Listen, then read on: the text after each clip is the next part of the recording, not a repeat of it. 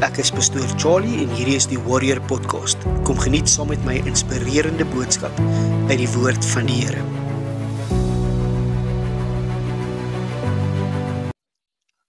Dag sê en baie welkom by die tweede episode van die Warrior Podcast. Hoop julle geniet dit, hoop julle word geïnspireerd. As jy dit like, stuur dit vir iemand, net dalk het daardie persoon dit nodig. Kom ons lees iets uit die woord van die Here. Ek lees daar in Markus 14 vers 9. Voorwaar ek sê vir julle, oral waar hierdie evangelie oor die wêreld verkondig word, daar sal ook gespreek word van haar en wat sy gedoen het, tot 'n gedagtenis aan haar. Is dit nie 'n mooi kompliment nie? Ons sien hier dat Jesus sit aan die tafel van Simon die Melaatse en die disippels is ook daar. En Jesus sê vir hulle, manne, julle gaan hierdie evangelie reg oor die wêreld vat. Julle gaan preke preek en julle gaan boeke skryf en mense gaan tot inkeer kom, mense se lewens gaan verander en wanneer al hierdie dinge gebeur, onthou haar en wat sy gedoen het. Wie is hierdie vrou dat sy so groot impak gehad het? Sy moes 'n besonderse mens gewees het. Dalk het sy van die beste preke gepreek en dalk van die mooiste boeke geskryf.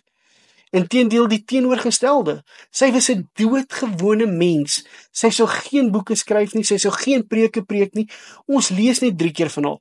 Sy praat net 2 woorde, tog trek sy hierdie kompliment uit Jesus uit. Hoe is dit moontlik? Want haar hart was uitverkoop vir hom.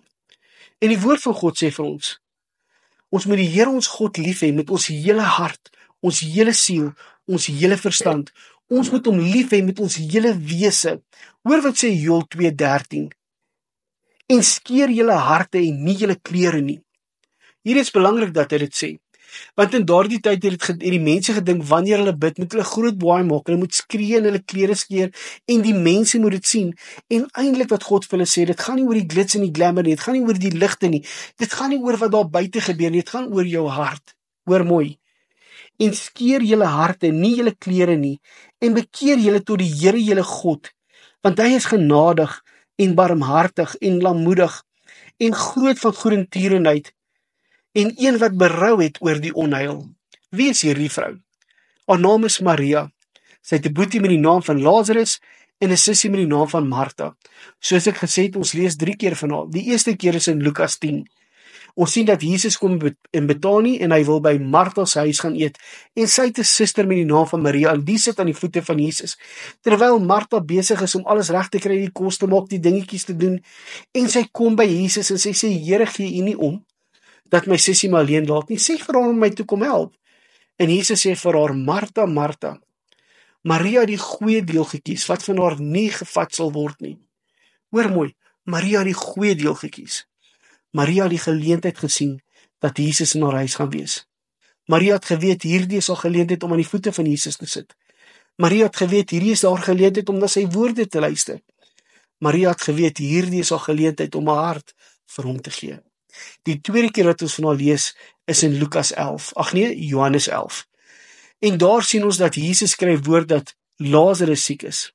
Eintlik sê hulle die een wat jy lief het, is siek. En ons sien Jesus vertoef waar hy is.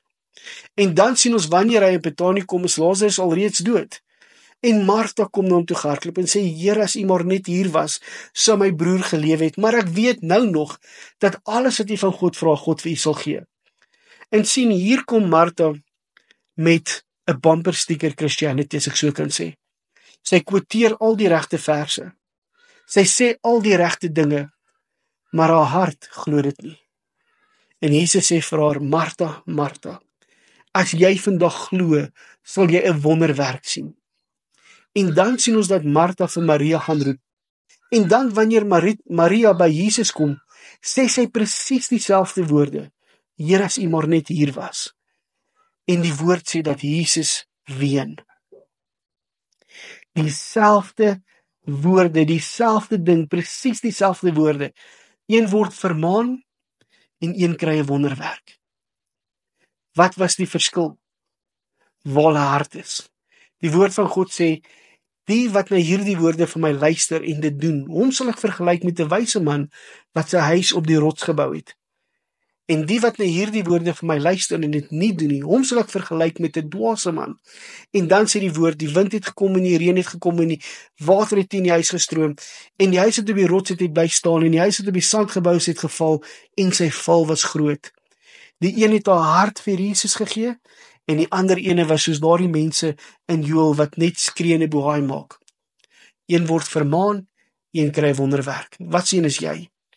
Dan sien ons Jesus kom by die graf van Lazarus en hy roep uit, en hy kom daar en voor hy uitroep sê Maria vir hom, Here, hy is al 4 dae dood. En Jesus sê, rol die steen weg. Here, maar hy is 4 dae dood. En Jesus sê vir haar, het ek nie vir jou gesê, as jy vandag glo, sal jy 'n wonderwerk sien nie. En hy roep Lazarus, kom uit. En dan die laaste keer wat ons van haar lees, is daar in Markus 14, sien ons dat Jesus sit aan die tafel van Simon die Melaatse, en ek wil dit vir julle lees. Markus 14 vers 13. En toe hy in Betanië was, het hy in die huis van Simon die Melaatse. Terwyl hy aan tafel was, kom daar 'n vrou met 'n egte kosbare nardesalf, en sy breek die alabasterfles en gooi dit oor sy hoof uit. Ons sien hier dat sy protokol sou breek. Sy moes nie daar gewees het nie. Dit was nie die gebruik van die tyd nie. Sy het geen rede gehad om daar te wees nie, behalwe dat Jesus daar is. En ons sien dat haar mees waardevolste besitting het vir haar geen waarde as dit kom by Jesus nie. En sy kom en sy breek daardie vlaas met nardesalf en sy gooi dit oor hom uit en die geur vul die huis. En dan sien ons dat, ek dink dit was Judas wat opgestaan het, die Bybel sê nie vir ons wie dit was nie, en sê, hoe kan ons toelaat dat hierdie salf gemors word? Ons kon dit vir 300 denarius verkoop het en vir die armes gegee het. En Jesus sê, julle sal altyd die armes by julle hê, maar julle gaan nie vir my altyd by julle hê nie. En hoe lank sê ek nie al vir julle dat ek het gekom om te sterwe nie? Hoe lank sê ek nie al vir julle dat ek die paaslam van God is, wat die sonde van die wêreld op my gaan neem nie? Sy het 'n goeie ding vir my gedoen. Sy het my gesalf voor my begrafnis. Jy sien, sy was uitverkoop. Sy was desperaat om by hom te kom. En ek het laas week gesê, daar's iets in 'n desperate hart wat altyd God se aandag sal trek. En dan kom hierdie woorde en ek wil dit vir julle lees.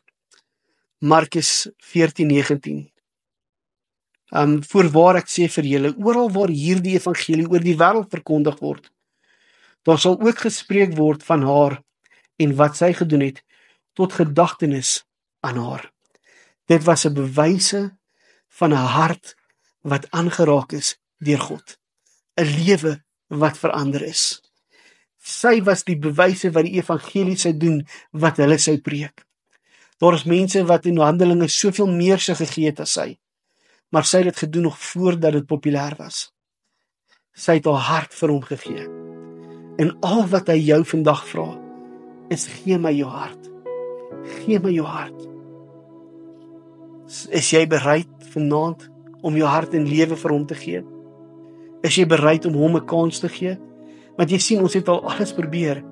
Ons het al alles met alles hierdie leemte probeer vul en soveel keer het ons misluk.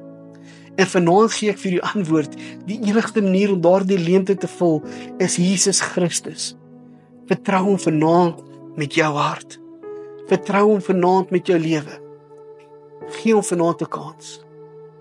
En ek kan jou hierdie waarborg gee. Hy sal jou nie teleurstel nie. Daar gaan dalk storms wees, maar hy is saam met jou in die bootjie. Mag jy 'n goeie dag hê. Mag jy die week wat voorlê geniet en ek sien jou weer volgende week.